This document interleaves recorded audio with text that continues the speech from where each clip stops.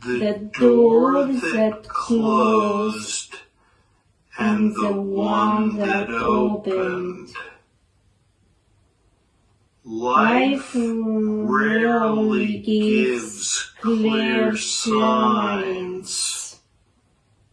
Albert's first major sign came the year he graduated high school. He applied to a prestigious engineering program in the city. He had to study hard, writing the entrance exam with shaking hands, and prayed for a miracle. When the results came, his name wasn't on the list. Rejection. Not because he wasn't capable, but because life had different plans for him. For days, he didn't speak much. He walked the town aimlessly, feeling like the world had already decided his value. His mother found him sitting in the backyard one evening, staring at his father's old tools. She placed a gentle hand on his shoulder and said something that stayed with him forever. Your path may start here, but it will not end here. The next day, Albert made the choice. If he couldn't study engineering, he would study people. He enrolled in a community college for social sciences, something no one in his family expected. His father was confused. His uncles laughed, and even his childhood friends didn't understand why someone like Albert would study behavior instead of machines. But Albert wasn't chasing a degree. He was chasing a purpose. The rise of a curious mind. College was the first place where Albert finally felt oxygen in his lungs. He wasn't top of this class, but he asked questions no one else dared to ask. He challenged assumptions debated professors respectfully but fearlessly, and wrote essays that blended logic with emotion. He joined community volunteering groups, spending weekends helping elderly people with daily tasks. He listened to their stories of war, loss, love, and regret. He realized something powerful. Every person is a story waiting to be understood. His empathy becomes his strength. His curiosity became his compass. And slowly, without noticing, Albert began changing people around him.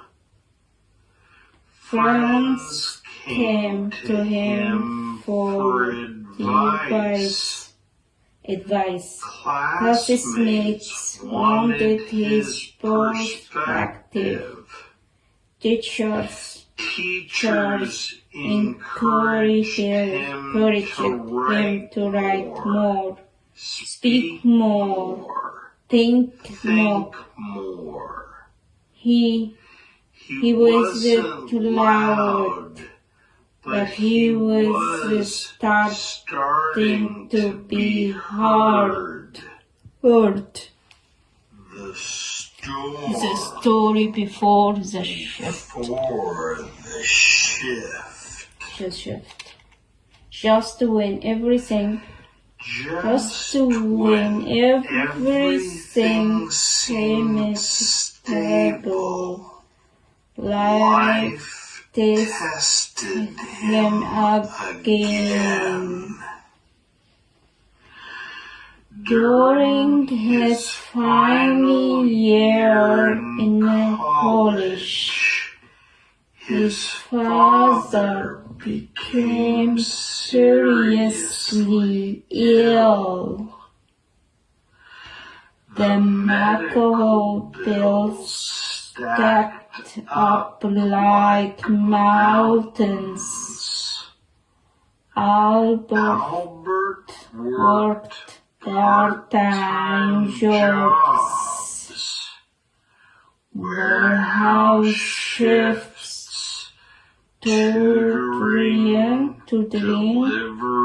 deliveries to cover the costs. Sleep became a luxury. His mother suggested he take a break from college, but Albert refused. If I stop now, I may never return. He studied in hospital waiting rooms. He wrote assignments in the early morning before work. He sacrificed friendships, hobbies, and rest. It was the hardest year of his life. But hardships refine character like fire refines steel. When his father eventually recovered, Albert didn't return to who he was before. He emerged sharper, more focused, more determined, because he had learned something heavy and beautiful.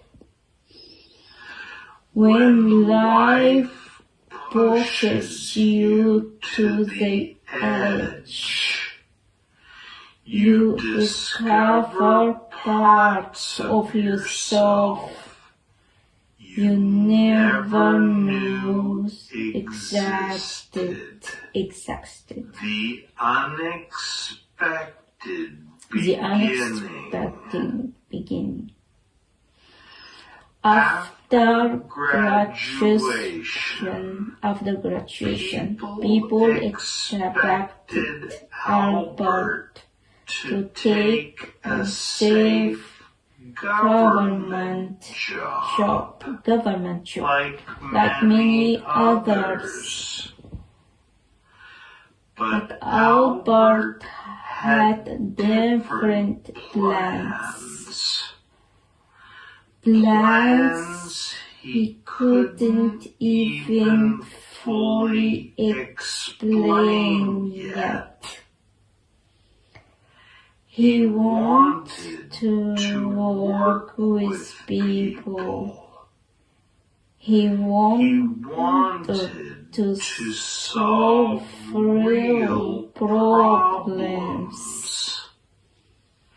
He wanted to understand communities, conflicts, and human behavior. He accepted an junior role at a small local organization focused on youth development.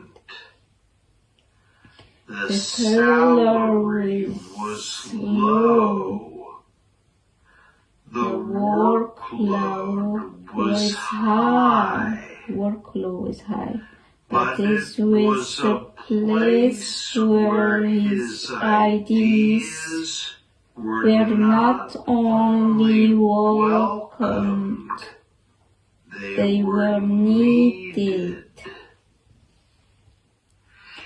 He began designing small programs, mentorship circles, after-school creativity workshops, conflict resolution sessions, community storytelling nights. And slowly, the quiet boy from forgotten town began to make noise. People noticed his sincerity. They noticed how he listened before he spoke, how he approached problems from angles no one else considered. How he made people feel seen.